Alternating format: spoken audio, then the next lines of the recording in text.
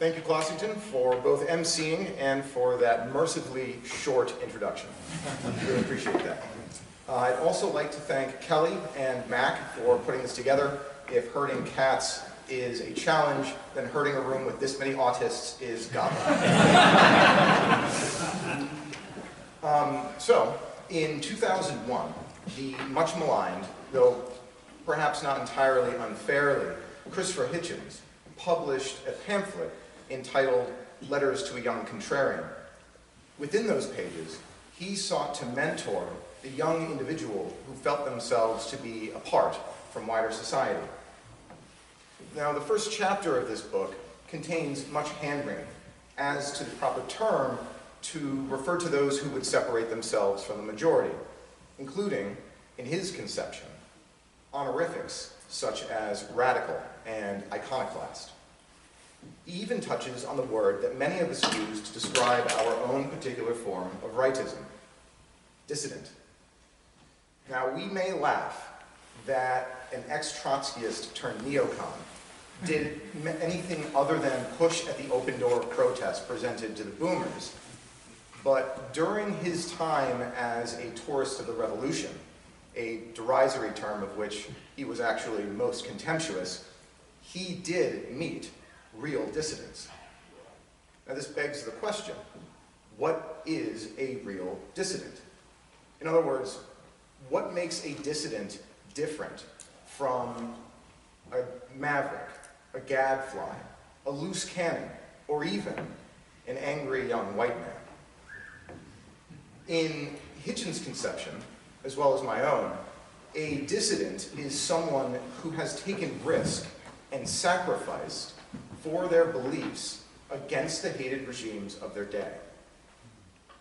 After all, no right-thinking person could possibly conceive of Antifa or BLM members as being dissidents. Are they really fighting against the progressive power structure at all? Of course not. And all of us in this room understand that these organizations function as little more than paramilitary arms of the state, doing those things that the official troops cannot. No, if just anyone were able to be called a dissident for showing up and terrorizing a community, then the people we saw looting our cities all last year would fit the bill. That being said, our modern era does have many examples of dissidents to choose from. And these examples are ones that we would all like to think we are capable of emulating. At least I know I would. Alexander Solzhenitsyn, who needs no introduction from me. Manolis Glezos and Apostolos Santos, the leftists who tore the Nazi flag from the Acropolis during Greece's occupation by a foreign enemy. Rafał Ganowicz, the Polish mercenary who spent his life literally fighting communism after being exiled from his homeland. The list is as long as could be imagined. And incidentally, all of you have heard of Rafał, as he is the one who, when asked what it was like to have taken a human life, simply shrugged and said, "I wouldn't know. I've only ever killed communists." Based. Absolutely. However, what we also cannot deny is the longer list of nameless and forgotten dissidents who died terribly and in terrible fear for daring to stand up to a hostile power structure. This is the list we would like to forget about. At least I know I would.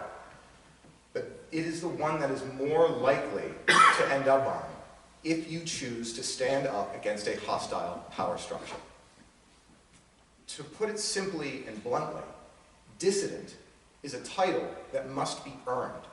And it must be earned if the title dissident right is to have any meaning at all. Now, don't get me wrong. I know everybody in this room gave at least $400 in their weekend to come listen to blowhards like me. And while that is a test of one's resolve, I don't really think it counts. I would also like to acknowledge those in this room who have already made sacrifices and taken risks for their beliefs. Losing a job, or the risk of losing a job, or refusing to take a certain vaccine, or refusing to adopt some political line. or moving across the country to try to escape the sorry state of our cities, all of you are worthy of a measure of praise. There are even some in this room whose risks I have witnessed and shared in as we stood side by side, advancing on the agents of this hated regime. Courage is a great thing that resides within us all, but it requires a certain character for it to be made known. Now, for those of you that are despondent over the idea that you have not yet been tested, don't worry. If you choose to stay this course, it is only a matter of when. Now, for those of you who are thinking that I'm gearing up to dispense a bunch of black pills, I'm not. I'm not here to take away any hope. But what I am here to do is frighten you. And if you have any sense at all, the future and your place in it, standing up to the behemoth that seeks to make us all slaves, should fill you with great unease, especially in the contemplation of the risks you must take if you wish to earn the title. And of course, the title doesn't matter at all. What matters is the road that we're all walking down. These risks and sacrifices that I allude to are not some one-off payment wherein we induct each other into a group where we pat each other on the back and congratulate ourselves for being so much more clever than the normies. These are costs that will have to be paid again and again and again for as long as you choose to stand up for your principles. Across the Western world, the grip is tightening. The insanity we see coming from our governments with regards to the supposed pandemic speaks for itself. Hand in hand, or perhaps hand in glove, the elected leaders of the free world are marching with big tech and NGOs to ensure that wrongthink is as difficult to think to countenance as any other. I need not remind you of the situations in Australia, France, and Austria, and their flavorful approaches to nurturing their nascent totalitarianism. I need not recall how YouTube and Twitter have become de facto arbiters of truth for millions of Americans, and how their standards are subject to rapid and seemingly arbitrary change. I need not dig up the grim fact that district attorneys all across the country, district attorneys put in power by our political enemies, are working to instantiate a form of anarcho-tyranny heretofore only known in the UK. I know that you all know all of these things already, but I also know that at a certain point, these things become little more than banal abstractions, easily pushed to the back of the mind for more immediate concerns. This, however, is a state in which we cannot afford to linger.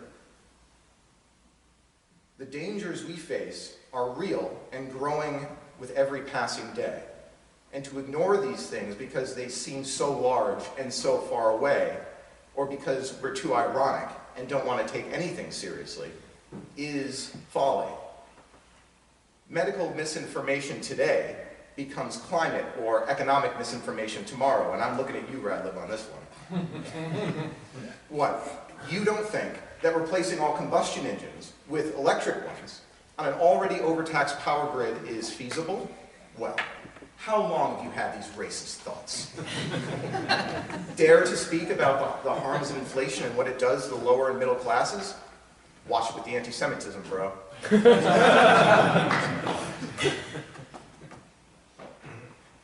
This, heaped on the many other verboten topics, such as human biodiversity or historical revisionism, is enough to drive one mad. And here we see a very real risk of choosing to be a dissident. It is trite to say that we all see things that others do not. We not only see them, but we often see them coming from months or years away. What is important is that we are able to confirm that the things we are seeing are real. Paranoia awaits those who tread too far from the beaten path.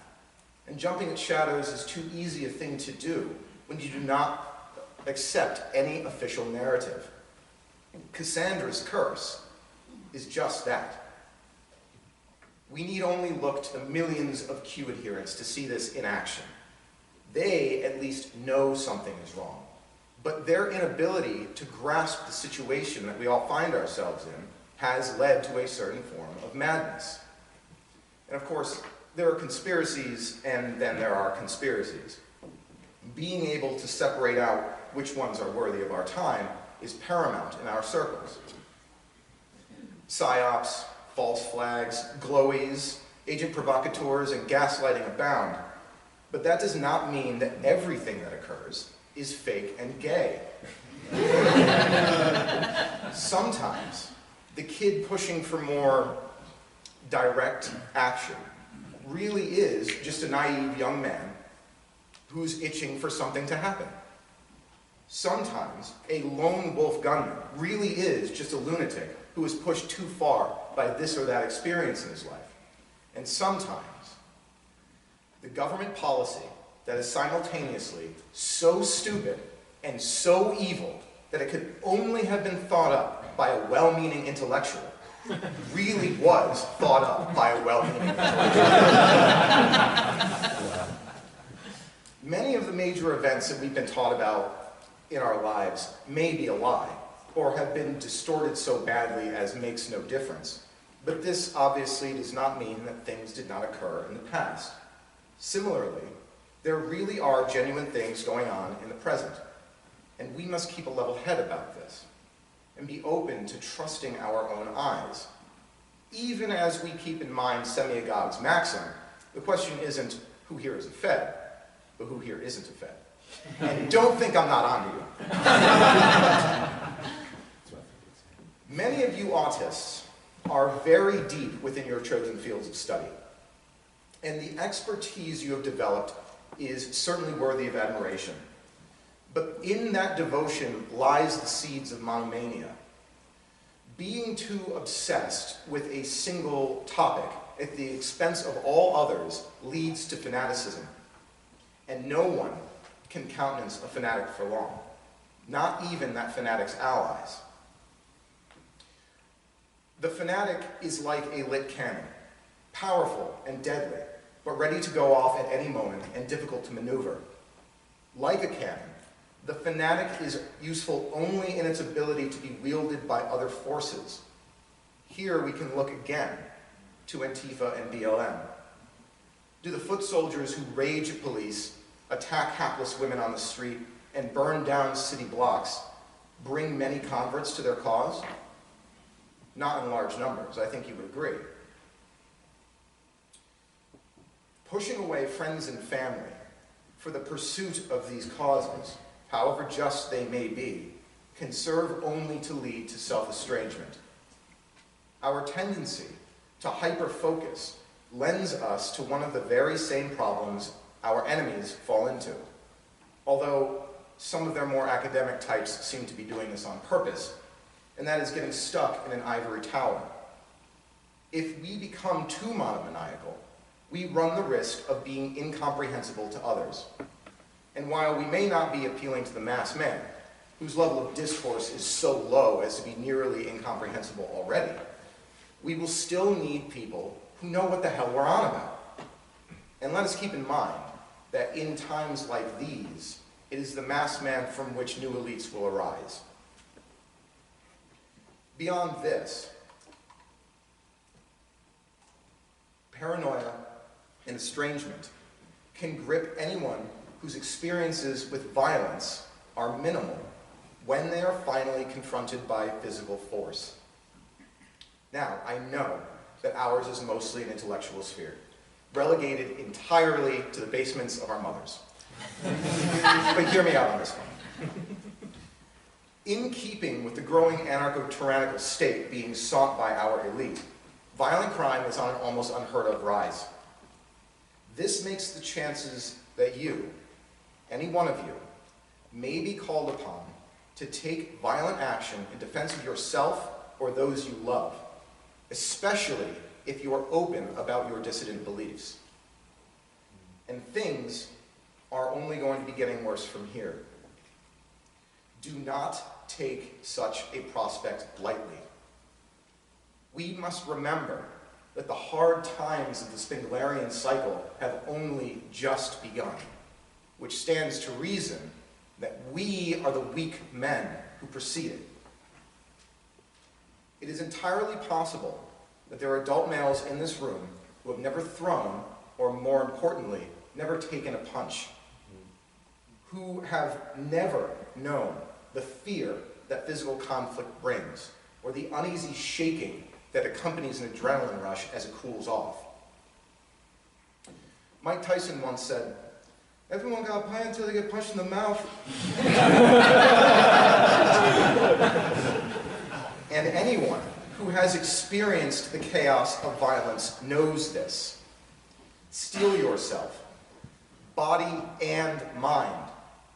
It is not enough to be prepared only physically for violence. Often, it is not the man whose physicality is greater that allows him to overcome his opponent, but whose will is greater.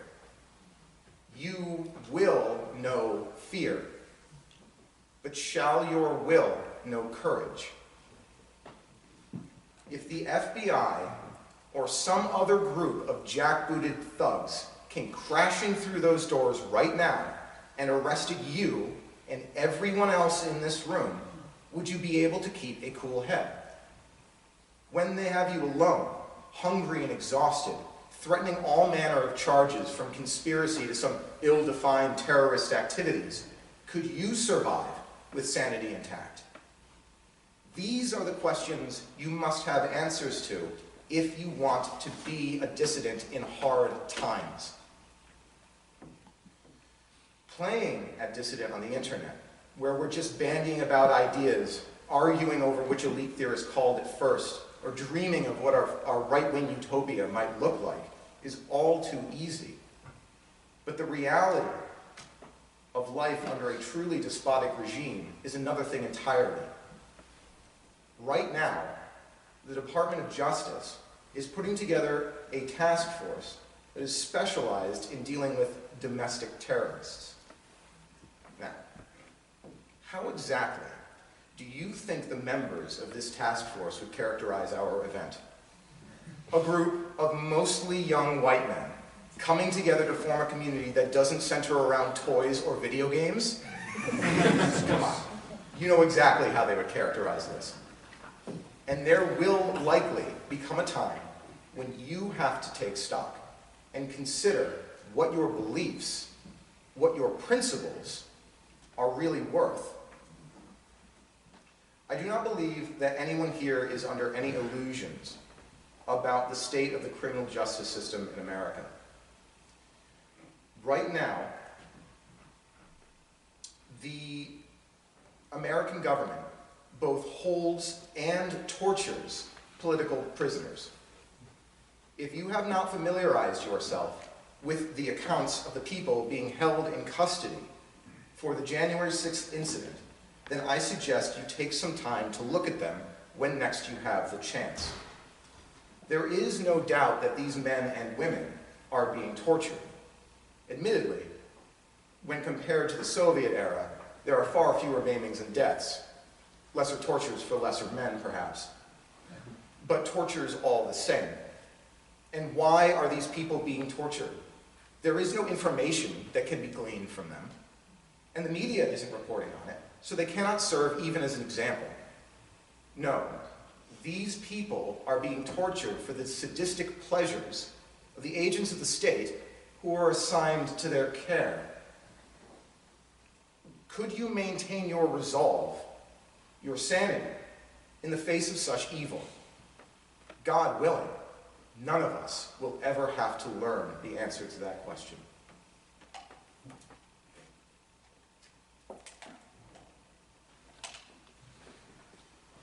Psalm 121 begins, "I lift my eyes unto the hills, from whence cometh my help," and is rendered in the English translation as a statement, but in the original Hebrew takes the form of a question: from where is my help coming?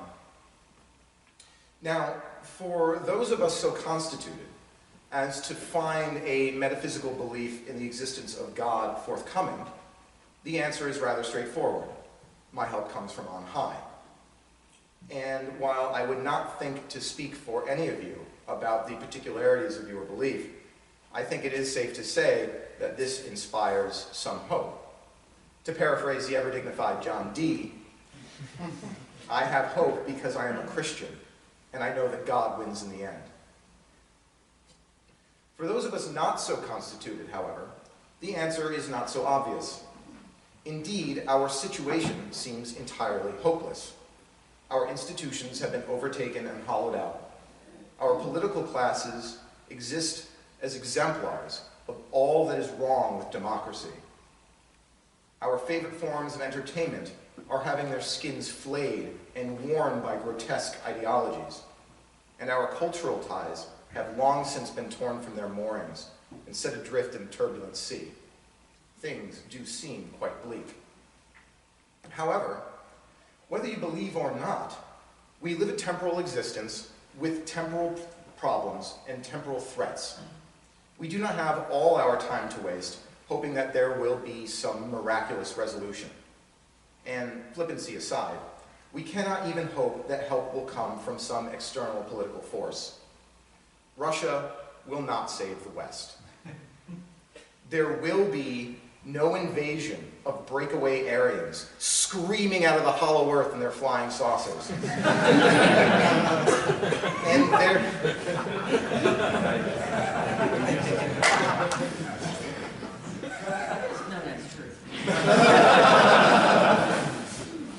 And there will likely be no glorious rebellion that sees our ideas instantiated in a newly formed regime. Not in our lifetimes, anyway. Now, I would love to eat my hat on all of these claims, especially the flying saucer one.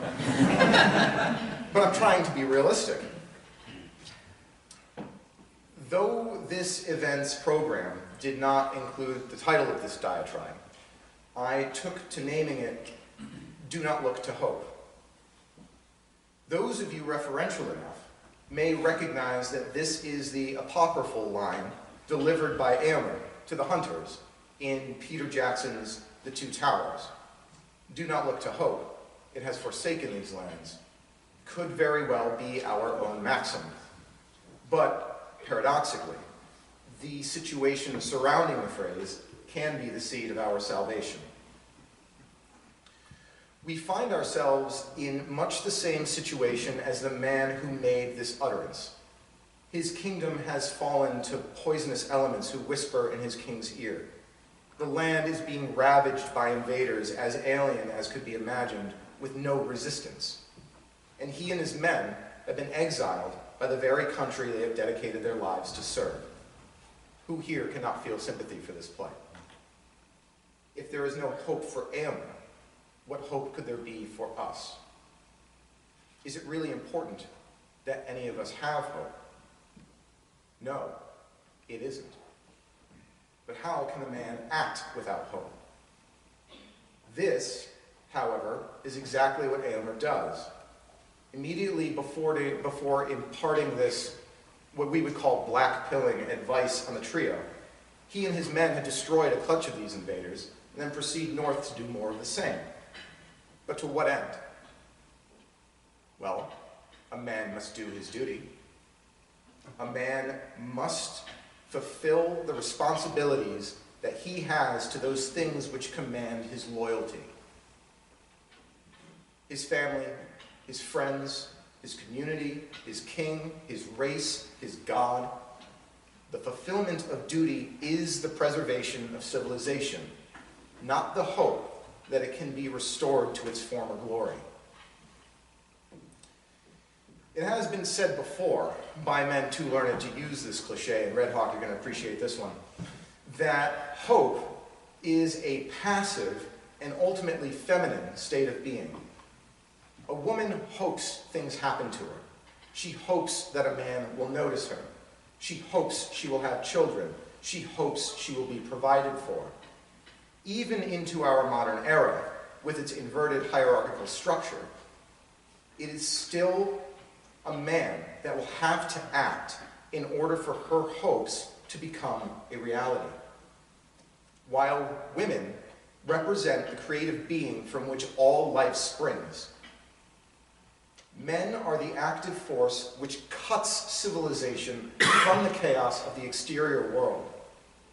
The righteous man must act. He must move ever forward, not because he hopes that there will be rewards at the end, but because he has no other choice. Depression springs from indolence, and ennui is a cycle that can only be broken through direct action. This is our lot. This is a truth that we must embrace. We are the men who must act in the face of this bleak reality, because if we do not, no one else will. If we are to build a network of tens, the network that will form the new elite, the network that will bring hope back to these lands, we must not trouble ourselves with things such as hope. Like the leftists, like the boomercons, like the naysayers who denigrate any idea anyone in this community has ever had, hope, or the lack thereof, must be stepped over. Our cause, though its final form may be disagreed upon, is righteous. Hope not in our institutions. Hope not in our politicians. Hope not in our religious leaders. Hope not in the collapse, because even that will present new existential threats. We must build the hope that lies outside our reach. Just like Moses glimpsing the promised land he would never set foot in, each of us, individually and joined together. This is why we are here, and this is why we must act. So what becomes of our screenplay Aomer, the man without hope? Through his hopeless and dutiful action, he becomes the force that spares his kingdom in its darkest hour. We all know the story. The king, cut off and surrounded, fighting only now for a glorious death, lifts his eyes unto the hills and witnesses Aomer become his last hope. Does a glorious charge to a swift victory and the exaltations of triumph await in our future? I do not know, and I would venture to guess that you do not either. But what we can all agree upon is that should better days lie ahead, they must be fought for. In that fight, we will either construct the future hope that generations can look to, or we will be ground to dust by the power structures that we threaten in the attempt.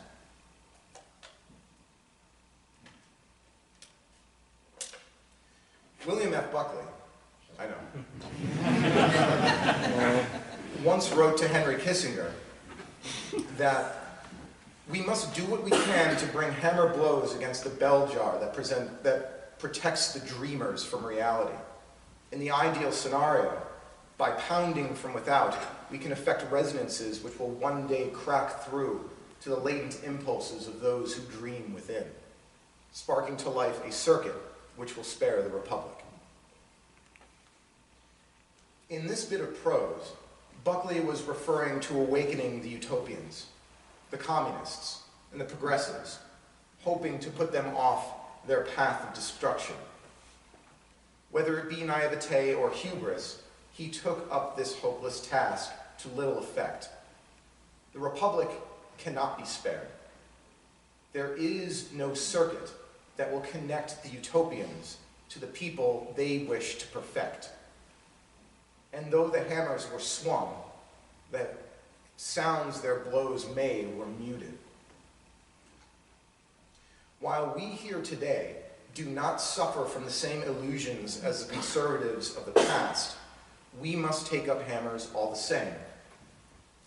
It seems increasingly likely to me that we will not be the ones who swing these hammers in the end, but will merely carry them to bequeath to those who will be able to put them to better use. I've prattled on now about how acting in spite of hope is the way forward, but I have not bothered to discuss what actions you should be taking.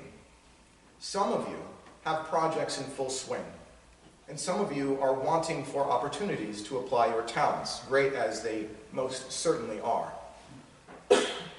Within the movement, we have guides waiting to be drawn upon. Mark Malone, with his America 21, has a roadmap for political action, with an eye toward getting municipalities and states on board with rejecting UN Agenda 21.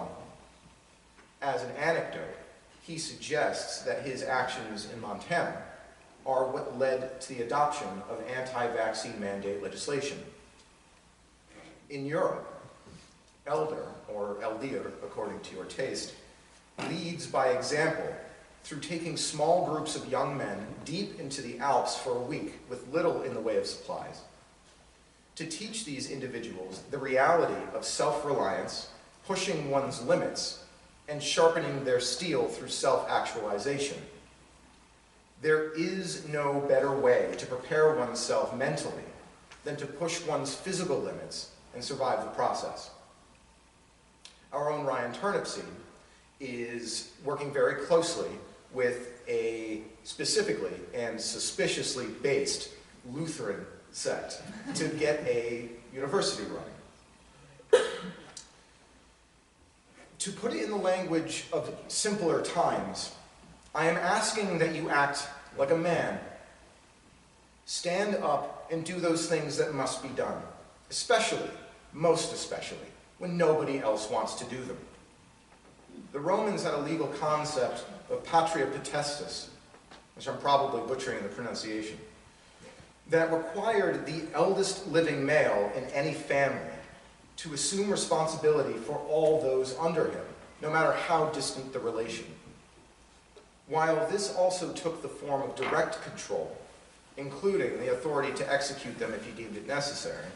I know. Thanks. It also meant that their failings were his failings. While we exist in a time when the men of our society have abdicated this role to the state, we must have the philosophy shared by the men of whom this responsibility was expected. An action is a belief made manifest. And through your action alone will you be worthy of these past men, of your ancestors. When a group of men, and we all know this, sees one in their number doing extraordinary things, it makes all others wish to emulate him.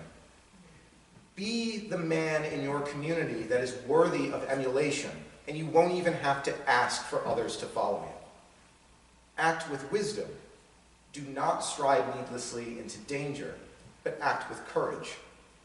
Push at the boundaries of the Overton window. Speak the truths everyone else is afraid to utter. Risk your job, risk your friends, risk your family, because if you do not do these things, then the beliefs you supposedly hold really belong to somebody else. As someone with your knowledge and your understanding of what is going on in the world, you must become an exemplar others will follow. In small ways as well as large ones. Be the first to climb a ladder even though you're afraid of heights. Be the first in your town hall to stand up and challenge some absurd proposal, even though the crowd is mostly trannies.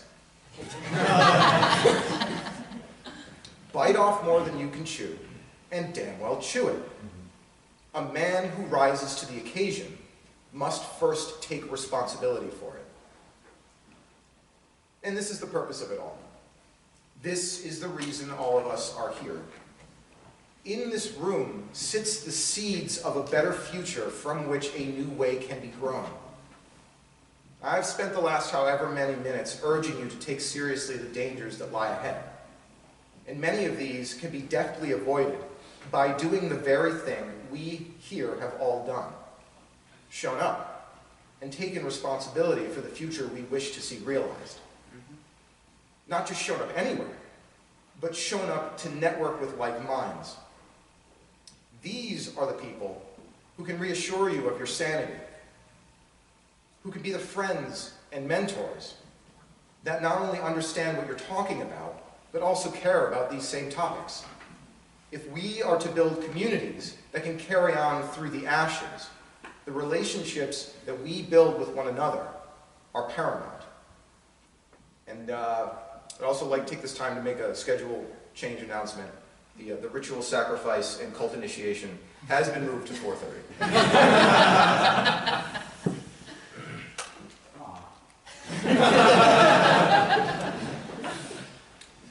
The often bastardized phrase, "the blood of the covenant is thicker than the water of the womb," has no better application than this. Like it or not, and despite our many petty disagreements, the things that brought us together also bind us. This is not a thing to be played at, and we will receive no glory, regardless of whether or not we succeed in our endeavors. Know that we are standing not just against a regime, but the mother of all regimes. Not just the mother of all regimes, but all of its innumerable clients and states. Your suffering for your principles will be thankless.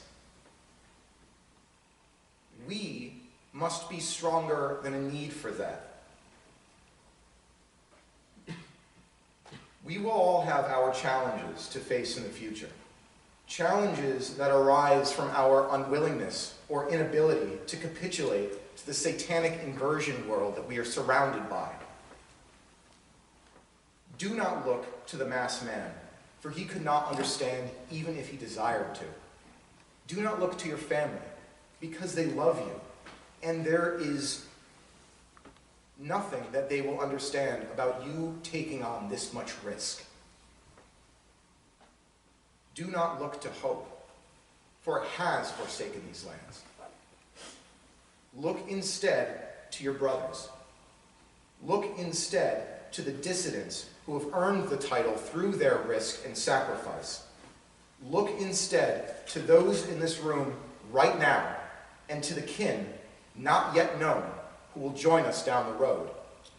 For these are the men with whom your spilt blood will form the covenant that makes a better future possible.